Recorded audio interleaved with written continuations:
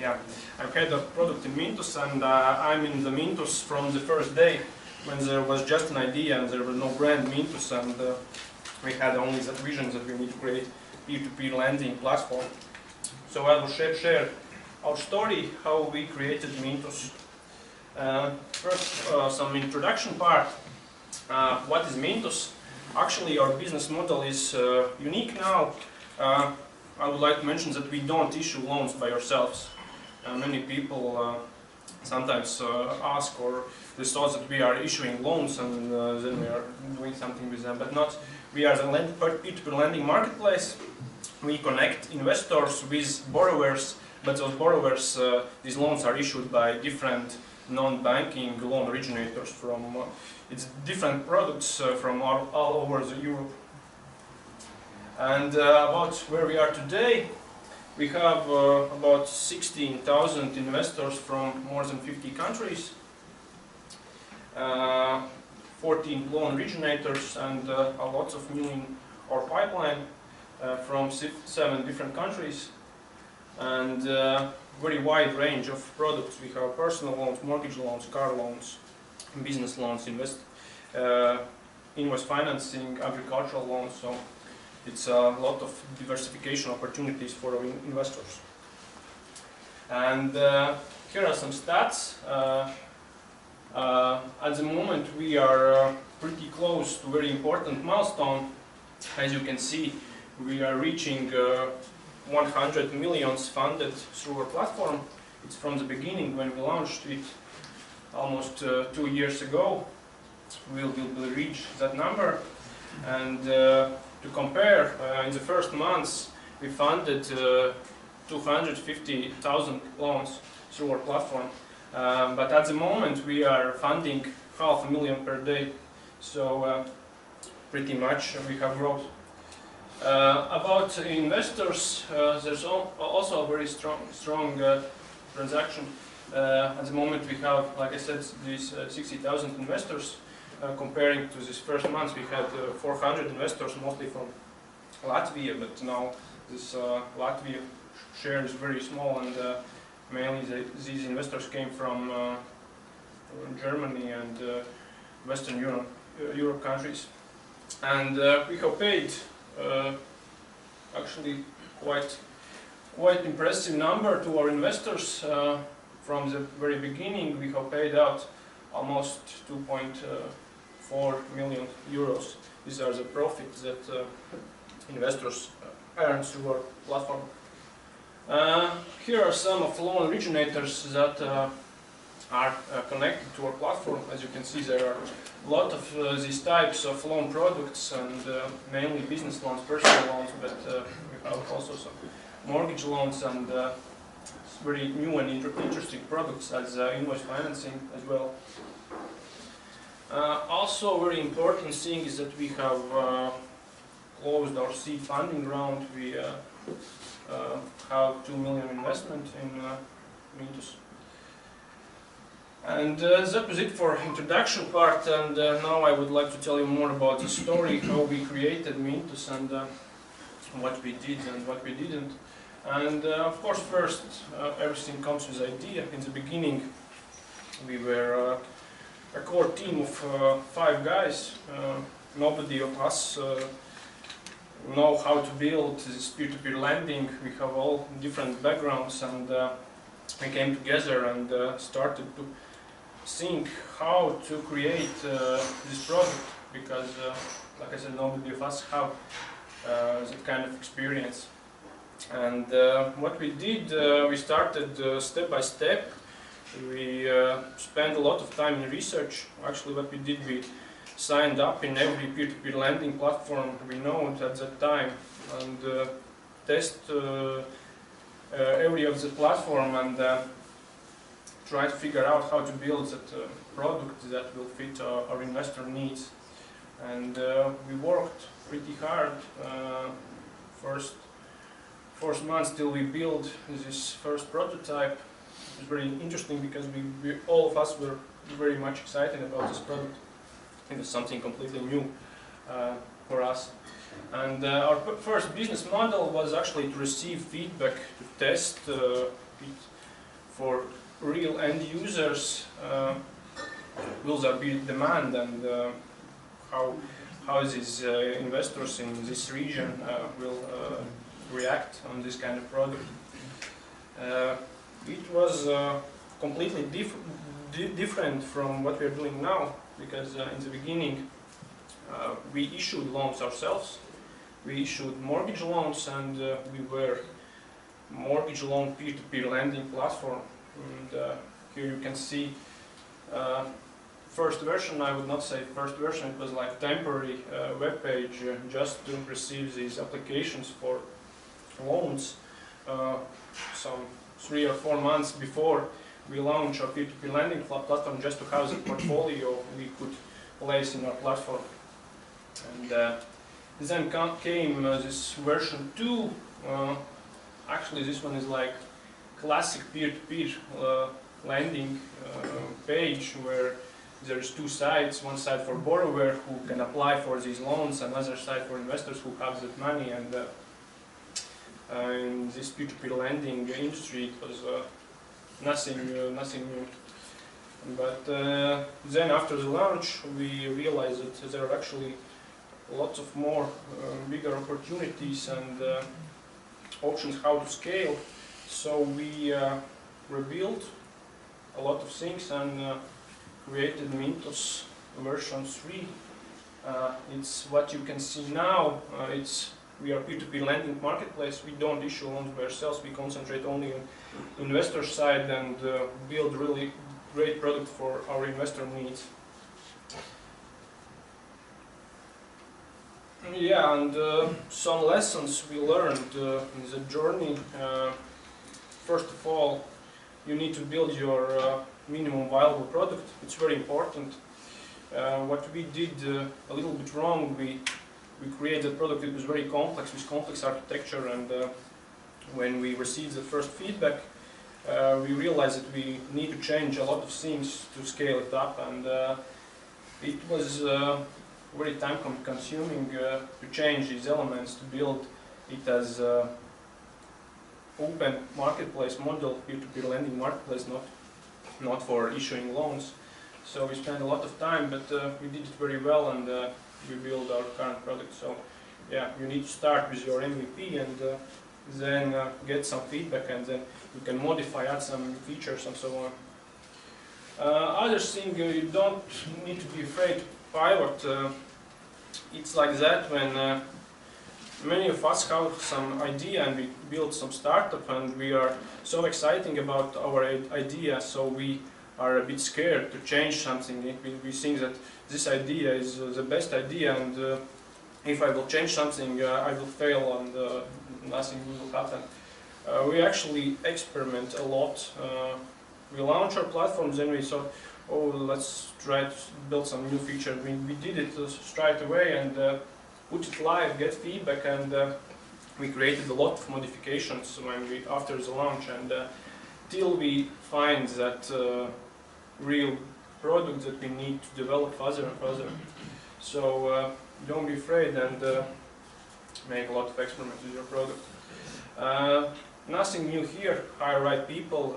It's very important if you are a startup, because if you are a team of 4 or 5 people, each of people you will add to your company, he has very significant effort. For example, if you are 5-person teams and 1 person of the team is there, it's 20% of all, and he has a lot of impact. So if there will not be right people, then it's pretty hard to develop a good product. And actually, how to find those people, it's also a very interesting story. We have tried headhunters, some recruiting agencies, and these cases all failed, because nobody else except people in the company who really understand what people we need. Nobody else will find a person for you who will fit, and it's a waste of time. So the best way how to find these people who would like to join you is to sit on LinkedIn, go through all your connections, and trying to find the right people. it's very important to have these people with the same values, same excitement about the product. If there won't be this excitement, then it's also a lot easier to fail.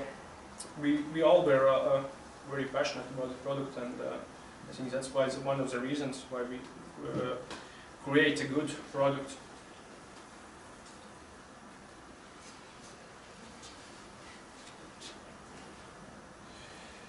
Battery is running low. About regulation, also some words. If you are creating something completely new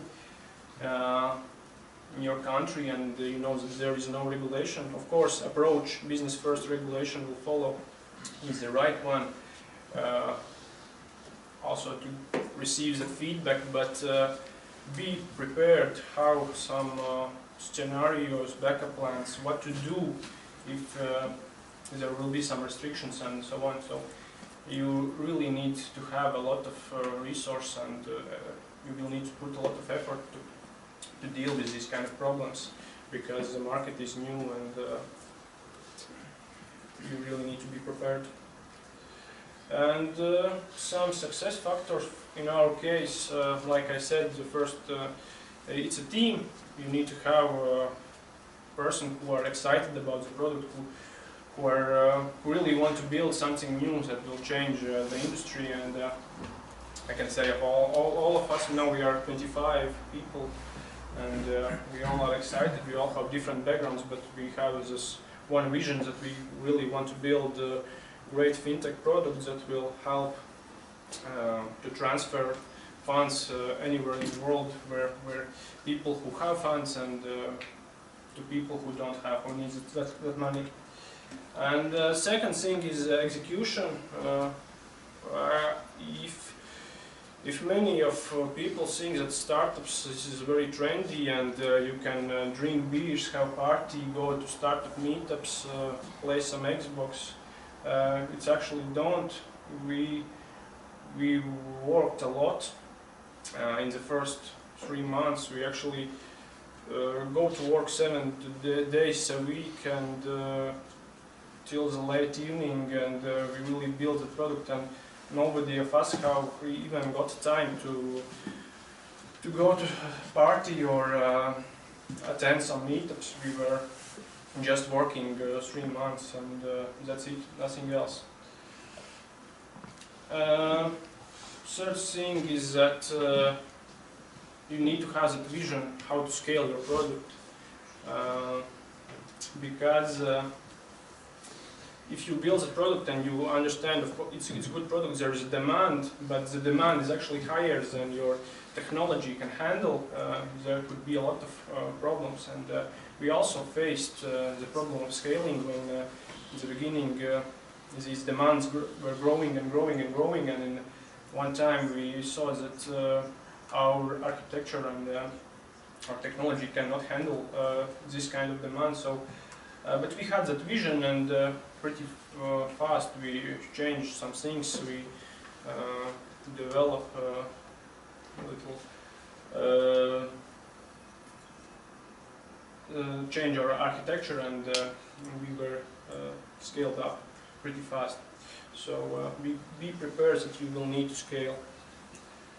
That's it for my part, and you can ask questions. Are there any legal barriers to your scalability? Legal barriers? Yes, and if yes, then what are the yes, there are legal problems because, like I said, we have these loan originators from different countries, and each country has their own regulations, and you can. It's not easy to if you, for example, add Estonian loan originator, then the regulations and the legal policy in Estonia is a different one, like in Georgia or Czech Republic. So we need to do a lot of research. We need to have these lawyers in all these countries to make some kind of research, and we need to have these tailor-made contracts with these loan originators, and the process is different. So yes, but if you are a creative guy, you can always thought about some ways how how to do it completely like it's in legal construction. And what was your go-to market strategy? How did you let the world know that you exist? How did you get people believing? Actually, it was very interesting because when we launched our platform, we don't have any advertising.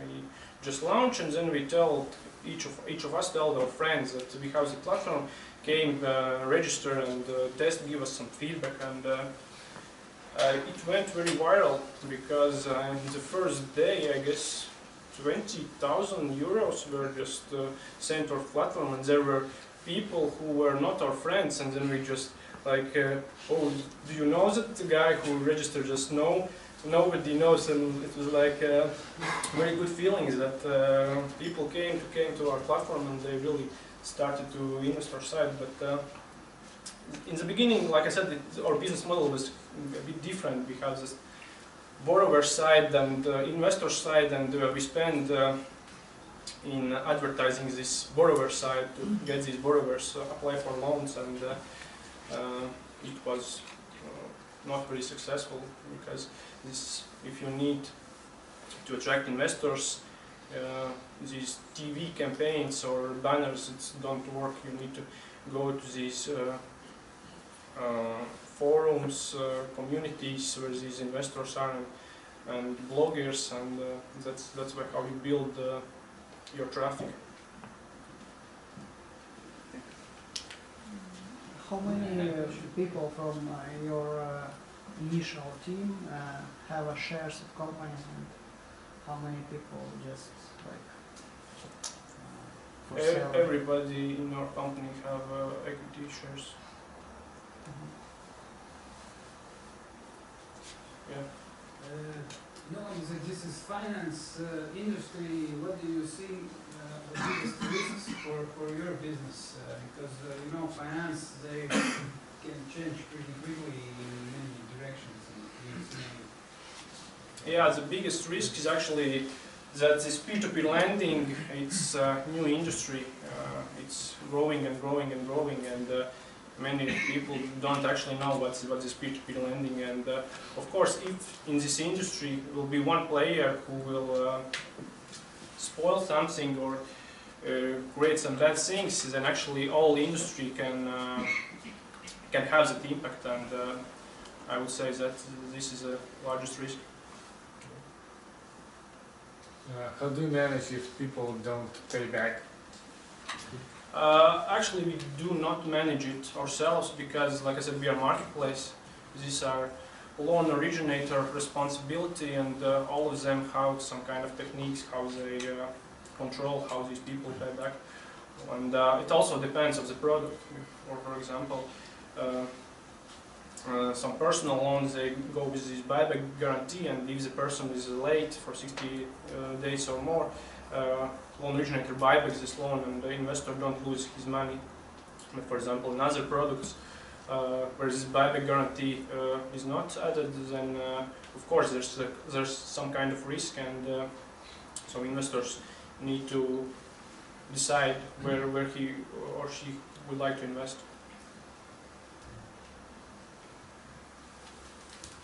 Okay, let's do break now. Thank you very much.